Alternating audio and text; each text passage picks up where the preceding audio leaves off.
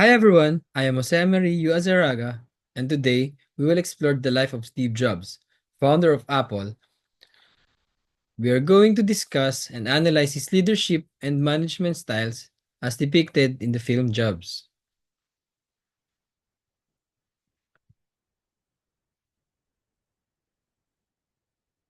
Steve Jobs. Steve Jobs was born in 1955 and co-founded Apple, a company that revolutionized multiple industries. His major achievements includes the development of Apple II Macintosh, iPhone, and iPod.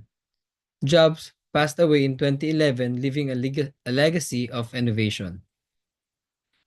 The leadership styles and control functions of Steve Jobs. Next, we will focus on two essential functions of management, leading and controlling, which Jobs exemplified during his time at Apple. Steve Jobs was known for his visionary and, and often autocratic leadership style.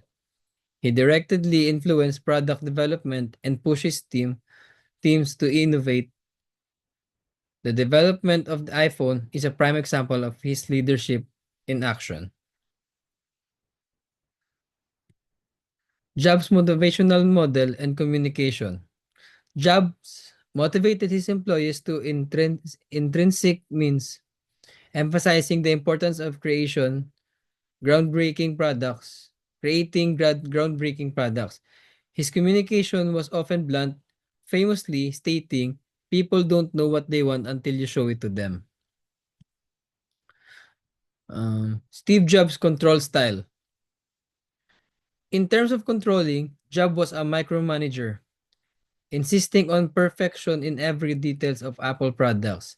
The rigorous quality control process before launching any product were testament to his high standards.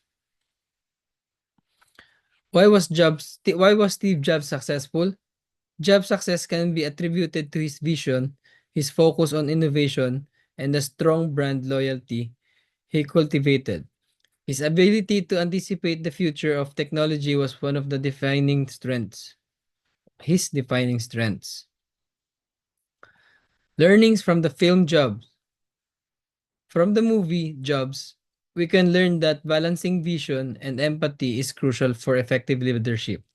Additionally, a mix of tight control and creative freedom can foster the kind of innovation that led Apple to success. Thank you.